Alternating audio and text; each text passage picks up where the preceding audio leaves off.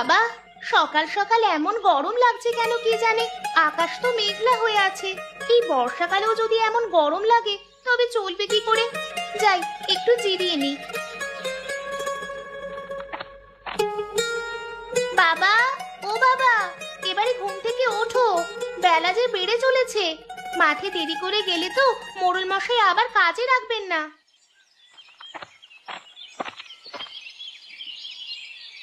কি রে মা, তুই কখন উঠেছিস? আমি তো সেই কখন ঘুম থেকে উঠে রান্নার জল এনে উঠান ঝাড়ু দেওয়া শুরু করলাম, কিন্তু সকাল সকাল যা গরম পড়েছে তাই ভাবলাম একটু জিরিয়ে নেই। তোর জন্য আমার ভারী কষ্ট হয় রে মা। কি কপাল নিয়েছে আমার ঘরে জন্মালি তুই। তোকে না পারলাম ঠিক মতো খেতে পড়তে দিতে, না পারলাম পড়াশোনা করাতে ভালো মতো রে। আমার এসব নিয়ে কোনো মাথা ব্যথা নেই বাবা। আর পড়াশোনা স্কুলে গিয়ে না করতে পারলেও আমি তো ইন্দু দিদির থেকে অনেক কিছুই শিখেছি। আজকে তোর মা বেঁচে থাকলে তোর আর এমন কষ্ট করতে হতো না। যে বয়সে মেয়েরা হেসে খেলে বেড়ায়, সেই বয়সে তুই সংসার সামলাচ্ছিস। আমার জন্য তাহলে একটা নতুন মা এনে দাও, তাহলেই তো সব লাটা চুকে গেল। না রে মা, তোর কথা ভেবে আমি আর বিয়ে থা করিনি। সৎ মা এসে তোকে সহ্য না করতে পারলে তোর দুঃখের যে আর শেষ থাকবে না। তাহলে এত দুশ্চিন্তা করে লাভ নেই। জীবন যেভাবে চলছে চলতে দাও। এত দুঃখ পেয়ে কি হবে বলো তো? জীবন তো তার নিজ গতিতেই চলছে। আকাশটা তো দেখছি মেঘলা করেছে। আজকে মাঠে কাজ হবে কিনা কে জানে। সকাল সকাল দুটো খেয়ে তাড়াতাড়ি মাঠে যাও। আমি বরং তোমার ভাত বাড়ছি, তুমি হাত মুখ ধুয়ে এসো। বেশ, ঠিক আছে মা, আমি এক্ষুনি হাত মুখ ধুয়ে আসছি।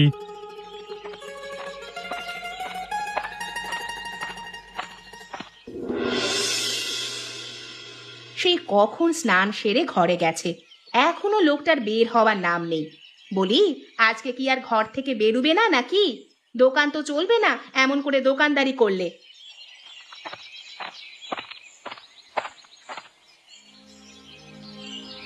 মাত্রই তো স্নান সেরে ঘরে গেলাম।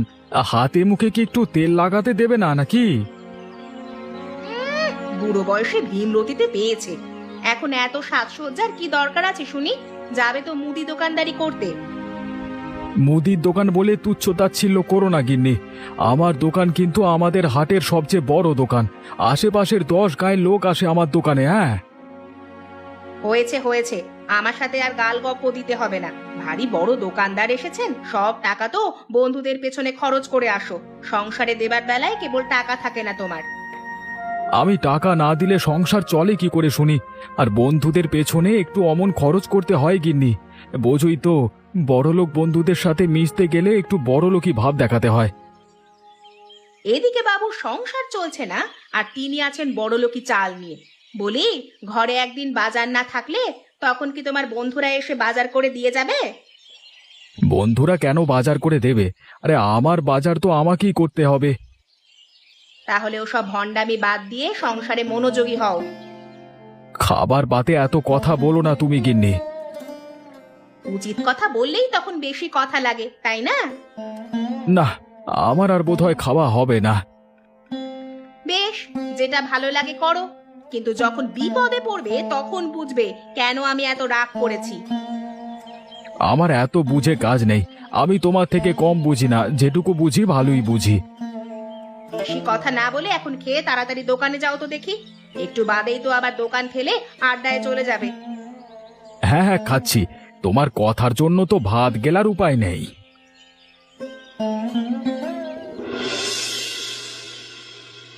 হ্যাঁ গো দিদি, আমার কাপড়গুলো দেখেছো কেমন নতুনের মতো? এখনো কেমন চকচক করছে। আমারগুলো বা কম কিসে? তোর দাদা তো শহরের বড় হাট থেকে আমার জন্য কাপড় কিনে আনে। একটা কাপড়ের দামই 200 টাকা করে। আমরা যেসব কাপড় চোপড় ব্যবহার করি অনেকে সেটা চোখেই দেখে না। আমাদের রাজ কপাল বলতে হবে গো। সেটা তুই ঠিকই বলেছিস। আমরা যেমন বড় ঘরের মেয়ে, তেমনি বড় ঘরে ঠাকুরানী হয়ে এসেছি।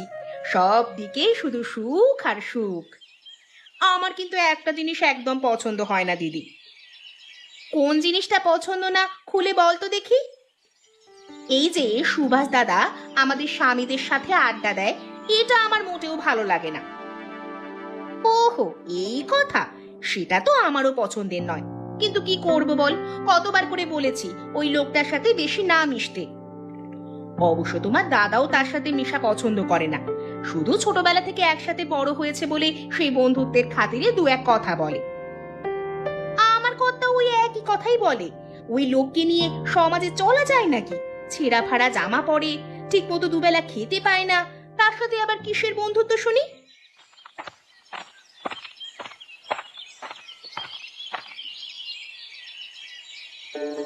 আরে মালা কাকিমা, কমলা কাকিমা, কেমন আছো তোমরা? আজ দেখছি দুজনেই সকাল সকাল পুকুর ঘাটে চলে এসেছো। না এসে কি করব বল, আগে না আসলে যে তোরা নোংরা কাপড় ভিজিয়ে জল নোংরা করে দিবি, তাই আগে ভাগেই চলে এলাম। কত করে বলি ওই বামুনদের পুকুরে গিয়ে কাপড় ধুয়ে আসবি, তা না, সেই আমাদের সাথে এই পুকুরে আসিস কাপড় ধুতে। কেন কাকিমা, আমার কাপড়ে কি ময়লা লেগে আছে নাকি যে পুকুরের জল নোংরা হয়ে যাবে? তোর যা ছেঁড়া ফাড়া জামা কাপড়ের বাহার, ওই কাপড়ে জলে ধুলে জল নোংরা হবে না তো কি হবে? হ্যাঁ, তোমরা সবসময় আমার সাথে এমন করো কেন কাকিমা?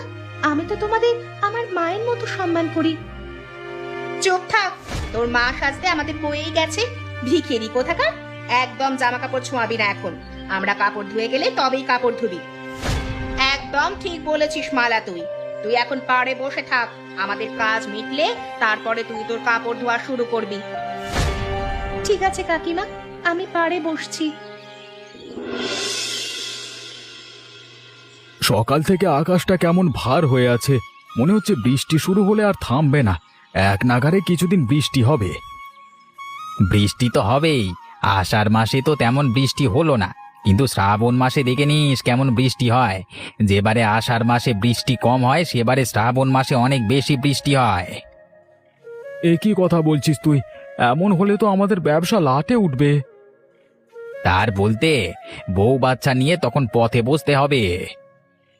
আজকে এখনো বিমল এলো না কেন রে নগেন?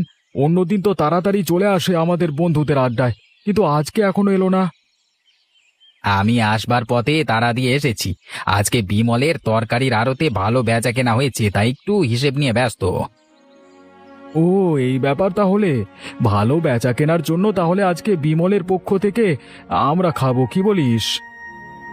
সেটা খাওয়াই যায়, কিন্তু পাছে সুভাষ না চলে আসে আবার। সুভাষ এলে বিমল 1 টাকাও খরচা করতে চাইবে না।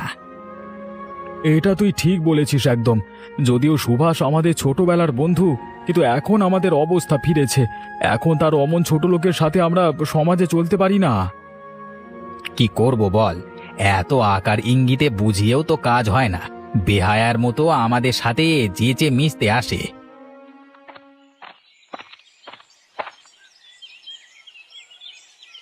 কি ব্যাপার, আজকে আমাকে ছাড়াই তোরা বেশ আড্ডা জমিয়েছিস দেখছি। তা কি কথা হচ্ছে তোদের মাঝে, আমি একটু শুনি। শুনলাম আজকে তোর সবজির আড়তে নাকি খুব ভালো বেচা কেনা হয়েছে, সেটা নিয়ে কথা বলছি। হ্যাঁ, আজকে এই সপ্তাহের সেরা বেচা কেনা হয়েছে। আজকে আমার মন একদম ফুরফুরে। এই আনন্দে আজকে আমাদের কি খেতে দিবি বল? তোরা কি খেতে চাস তাই বল। বেশ, তবে আজকে আমরা গোপী ময়রার দোকানে রসগোল্লা খাবো। বেশ, তাই হবে। তবে ওই ছোট লোকটা আসবার আগেই চলে যাই চল, না হলে সুভাষ এলে কিন্তু আমি আর কাউকে খাওয়াতে পারবো না। হ্যাঁ হ্যাঁ, চল চল, তাড়াতাড়ি চল, নাহলে হাভাতেটা এক্ষুনি এলো বলে।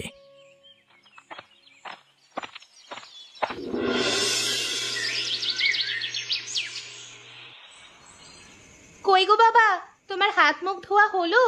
আমি যে ভাত বেড়ে বসে আছি, দেরি করলে ভাত ঠান্ডা হয়ে যাবে।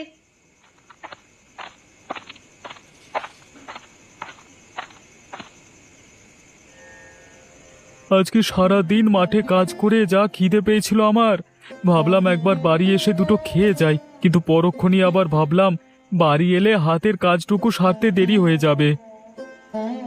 কত করে বলি দুটো ভাত দিয়ে দেই, কিন্তু তুমি তো আমার কোনো কথাই শোনো না বাবা। সারাদিন এভাবে কেউ না খেয়ে থাকে নাকি? ওসব আমার এখন গা সওয়া হয়ে গেছে রে মা। কাজ শেষ করে সন্ধ্যায় আবার বন্ধুদের সাথে বসে দুটো কথা বলতে ভালোই লাগে। আচ্ছা বাবা, আমায় একটা কথা বলবে তুমি? কি কথা মা? তুমি যে কাকুদের সাথে এমন মন প্রাণ দিয়ে মেশো, তারা কি আসলেই তোমাকে তাদের কাছের বন্ধু ভাবে? এটা আবার কেমন কথা বলছিস তুই মা? আমার ছোটবেলার বন্ধু তারা, একসাথে আমরা বড় হয়েছি, আমাকে কেন বন্ধু ভাববে না? কিন্তু আমার তো মনে হয় না যে তারা তোমাকে তেমন গুরুত্ব দেয়। আসলে মালা কাকিমা আর কমল কাকিমার কথা শুনে আমার মনটা অনেক খারাপ হয়ে গেছে। কেন রে মা, ওরা কি কিছু বলেছে তোকে?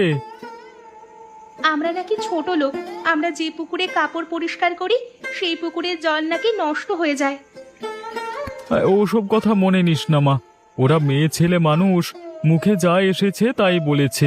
কিন্তু আমার বন্ধুরা আমাকে কখনো এমন কিছু বলেনি, সবাই খুব ভালো রে মা। আমরা গরিব বলে কি মানুষ নই? আমার সাথে যাচ্ছে তাই ব্যবহার করলো। ওরা যতক্ষণ পুকুর ঘাটে ছিল ততক্ষণ আমাকে জল ছুঁতে দেয়নি। ওরা তোর গুরুজন মানুষ, ওরা আগে কাজ মিটিয়ে গেলে তবেই তুই তোর কাজ সারবি, এতে সমস্যার কিছু নেই মা। তাই বলে আমার সাথে এমন খারাপ ব্যবহার করবে? আমাকে যাচ্ছে তাই বলে গাল মন্দ করলো।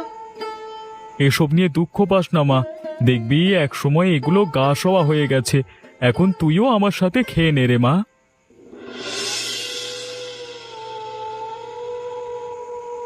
এত রাত হয়ে গেল এখনো লোকটা বাড়ি এলো না।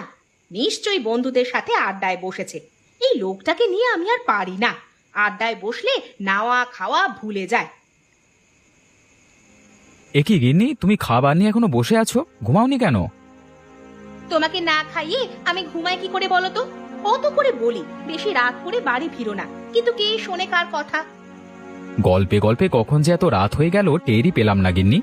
নগেনরা আজকে এমন ভাবে ধরলো আর ওঠার খেয়ালই হয়নি। ভালো করেছো, এখন আমি কিছু বললেই তো দোষ হয়ে যাবে। তাড়াতাড়ি যাও, হাত মুখ ধুয়ে এসো, আমি খাবার বেড়ে রেখেছি। এখন আর খাবো না গিন্নি, পেট ভরে আসছে একদম। সে কি, খাবে না মানে? তুমি কি বাইরে থেকে কিছু খেয়ে এসেছো নাকি?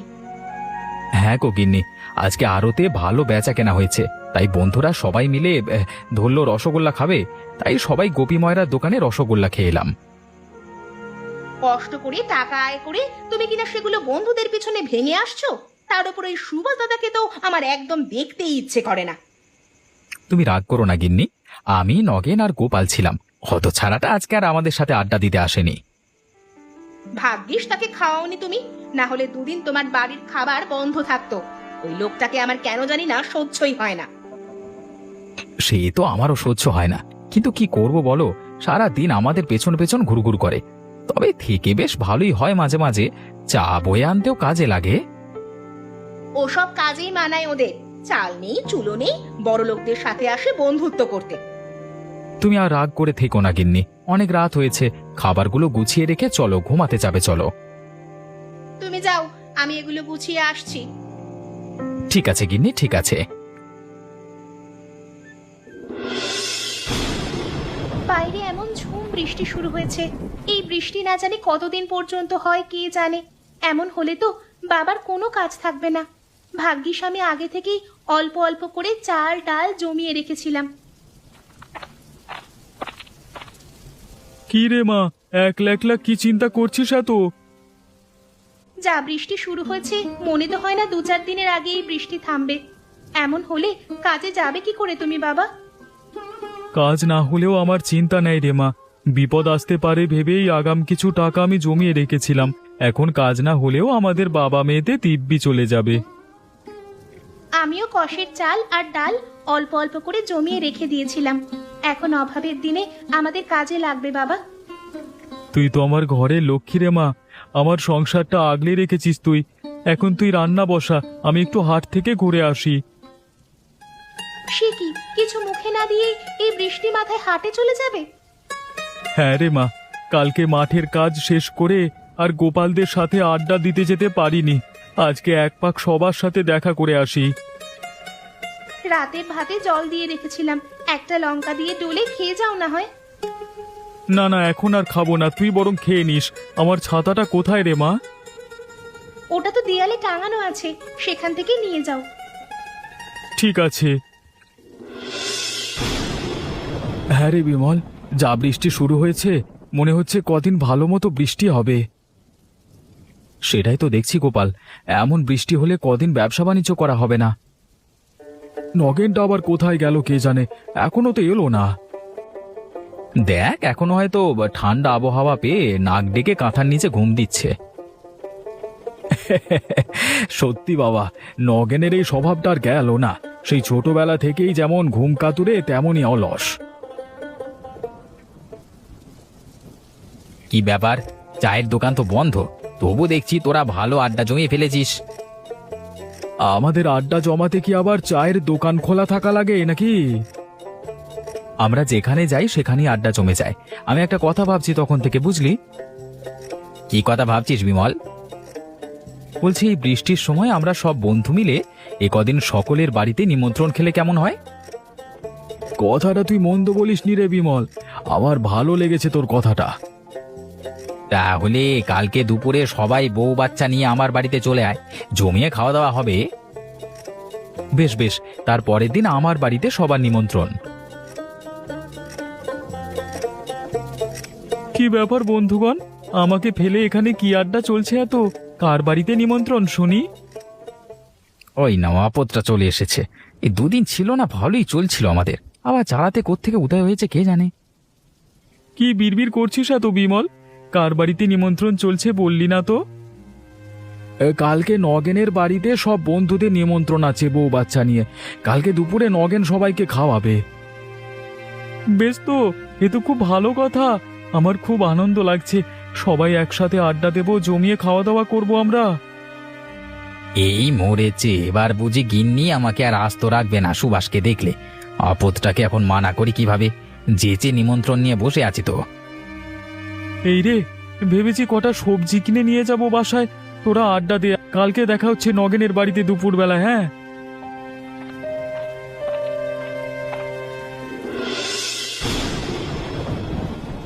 কই গো, কোথায় গেলে তুমি? বললে যে সকাল সকাল সবাই চলে আসবে, কই এখনো তো কেউ এলো না। মানে আসবে, সময় হোক সবাই চলে আসবে। সকাল থেকে এমন আমতা আমতা করছো কেন বলো তো? কই না তো, আমতা আমতা করবো কেন? কিছু তো একটা গন্ডগোল আছে। তুমি কাকে কাকে নেমন্তন্ন করেছো বলো তো? কাদের আবার? আমার আমার বন্ধুদের, আর সাথে সুভাষ আর ননিবালাও আসবে মনে হয়।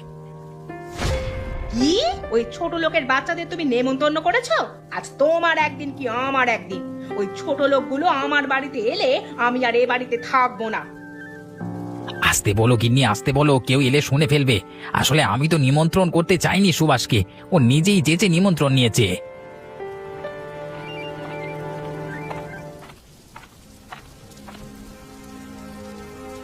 দাদা ঠিকই বলেছে রে কমলা। আমার কর্তা বাড়ি গিয়ে আমাকে সব খুলে বলেছে কিভাবে ওই গরিব লোকটা যে নেমন্তন্ন নিয়েছে। না, ওদের নিয়ে তো আর পারা যায় না। আজ আসলে অপমান করে দেব। দিও, তবে ভালো মতো অপমান করে দিও। ওদের জ্বালায় কোথাও যে শান্তি নেই, খেয়ে শান্তি নেই।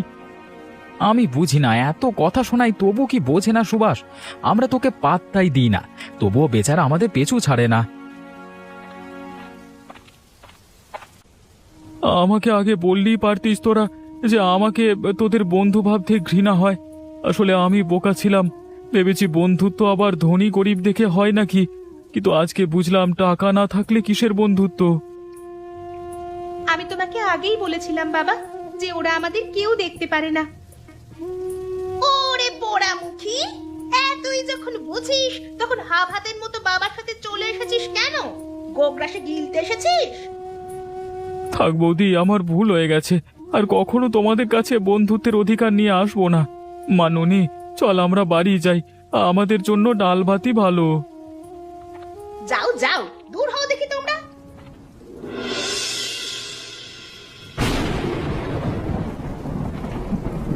সে কি রে বন্ধু, এখন যে মাথায় হাত পড়ে গেল রে।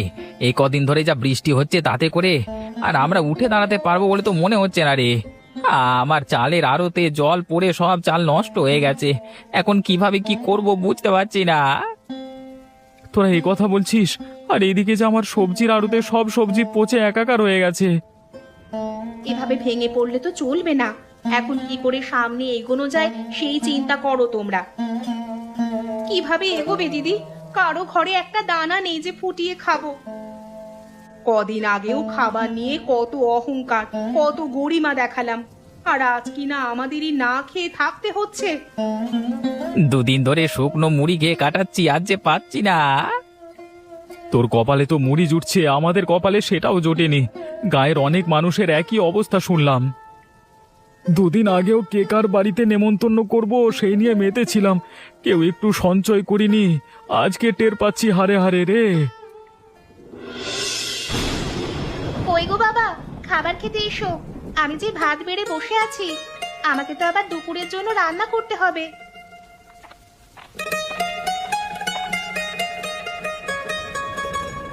এই কদিন বৃষ্টির জন্য কাজে না গিয়ে মনটার ভালো লাগছে না। কাজে যাওয়ার জন্য মন খারাপ, নাকি বন্ধুদের সাথে আড্ডা দিতে না পারার জন্য মন খারাপ? এমন বন্ধু থাকাচ্ছি, না থাকাই ভালো। থাক, সেসব কথা ভেবে আর লাভ নেই, যা হবার তা হয়ে গেছে। আমাদের অপমান করা একদম উচিত শিক্ষা পেয়েছে সবাই।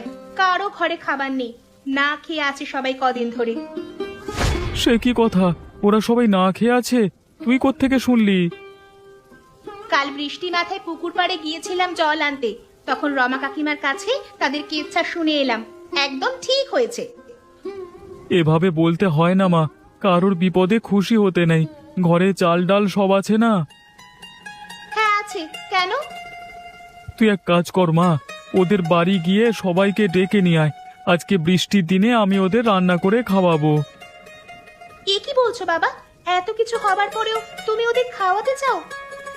হ্যাঁ রে মা, বিপদের দিনে আমি যদি ওদের পাশে না থাকি তবে আমি তাদের কিসের বন্ধু? ঠিক আছে, যেটা তুমি ভালো বোঝো।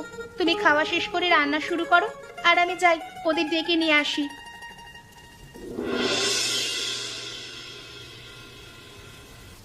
আজকে এই গরিব বন্ধু রান্না খেয়ে বল দেখি কেমন হয়েছে। আমি নিজ হাতে সবার জন্য রান্না করেছি, খেয়ে দেখ তো তোরা, কিছু মনে পড়ে নাকি? এই খিচুড়ি খেয়ে যেন আগের সেই ছোটবেলায় চলে গেলাম। কাকিমা ঠিক এইভাবেই খিচুড়ি রেঁধে দিত আমাদের। একদম ঠিক ধরেছিস। ছোটবেলায় আমরা যখন বৃষ্টির দিনে সুভাষদের বাড়িতে আসতাম, তখন জেঠিমা আমাদের ঠিক এভাবেই খিচুড়ি রেঁধে খেতে দিতেন। সেই ছোটবেলার কথা মনে পড়ে গেল। ননি তো ভালো রান্না শিখেছে দেখছি। এসব রান্না আমি করিনি গো কাকু। তবে কে করেছে রে ননি? এই রান্না করেছে তোমাদের গরিব বন্ধু, মানে আমার বাবা। এই বৃষ্টির দিনে তোমাদের গরিব বন্ধুর রান্না কেমন হয়েছে বলো দেখি? খুব ভালো হয়েছে দাদা। আর আমাদের লজ্জা দিস রে ননি। আমরা আমাদের ভুল বুঝতে পেরেছি। আসলে টাকা পয়সাই সব নয়। টাকা পয়সা আজ আছে, কাল নেই। কিন্তু বন্ধুত্ব আজীবন থেকে যাবে। টাকা পয়সার মোহে আমরা তোর সাথে অনেক খারাপ ব্যবহার করেছি রে। আমাদের তুই ক্ষমা করে দে বন্ধু। আসলে আমাদের এমন করা উচিত হয়নি। এই বৃষ্টির দিনে গরিব বন্ধু রান্না খেয়ে আমাদের চোখ খুলে গেছে রে। দূর পাগল, আমি তোদের কোনো কথাই কিছু মনে করিনি। বিপদের দিনে যদি তোদের পাশে না দাঁড়াতে পারলাম তবে কেমন বন্ধু আমি। আমরা আজকে বুঝতে পেরেছি, বন্ধুত্বের মধ্যে কোনো ধনী গরিব নেই, আর বিপদের দিনের বন্ধুই হলো আমাদের প্রকৃত বন্ধু।